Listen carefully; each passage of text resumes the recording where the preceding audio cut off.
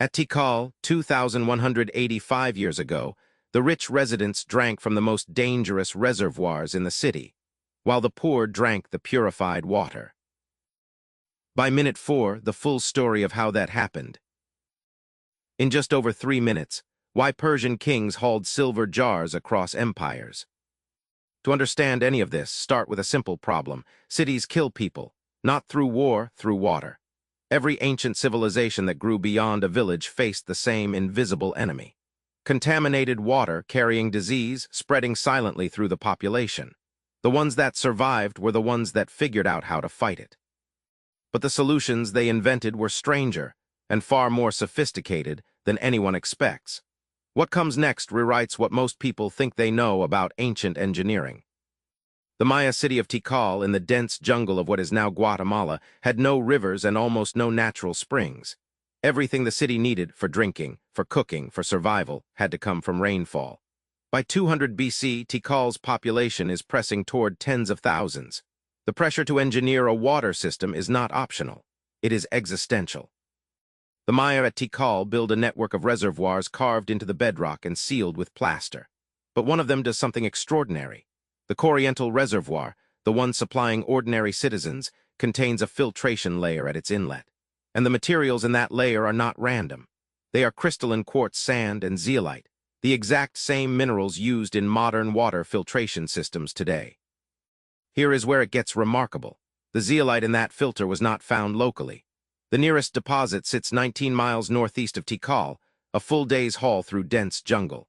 Someone made that journey deliberately.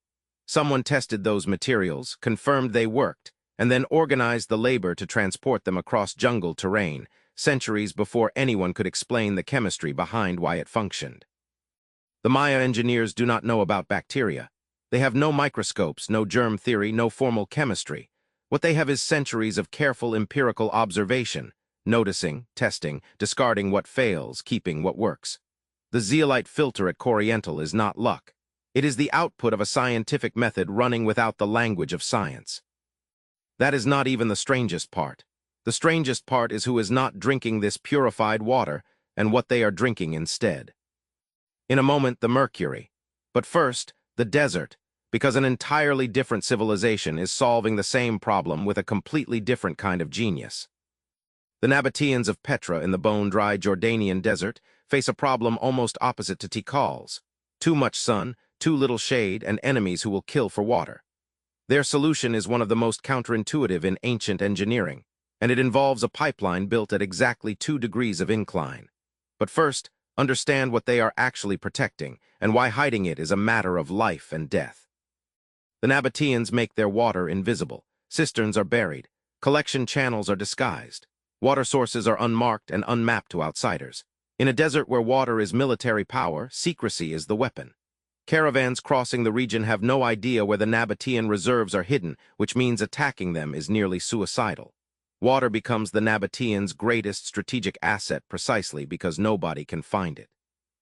The ceramic pipeline they engineer to move that water runs at a precise 2-degree incline, steep enough to maintain flow, shallow enough to prevent erosion of the ceramic joints. That calculation requires a level of applied mathematics that would not be formally codified in Western engineering tradition for nearly 2,000 more years. The Nabataeans arrive at it empirically. They are not guessing. The precision is measurable. It survives in the archaeology. Now back to Tikal and the mercury. The palace reservoir and the temple reservoir sit at the heart of the city.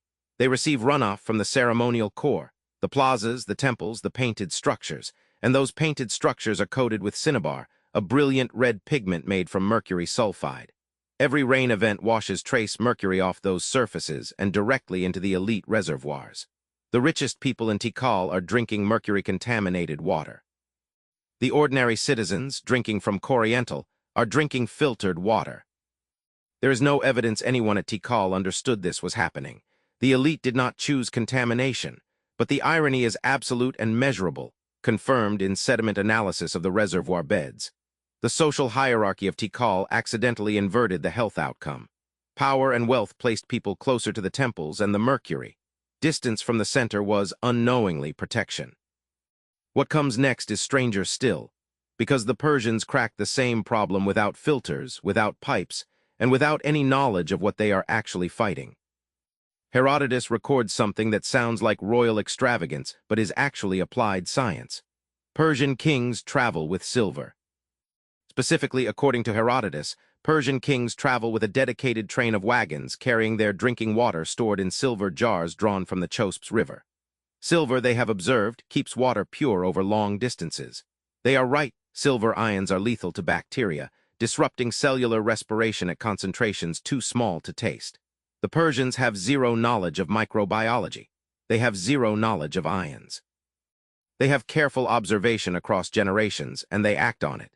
The same empirical logic carries forward into wealthy Roman and medieval European households, where silver spoons are given to infants, not as luxury, but as medicine.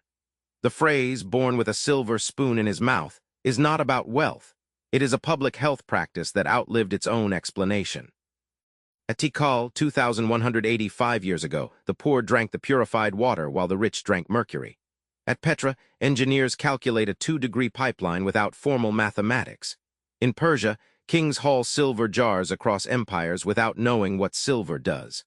None of these civilizations have the theory. All of them have the results.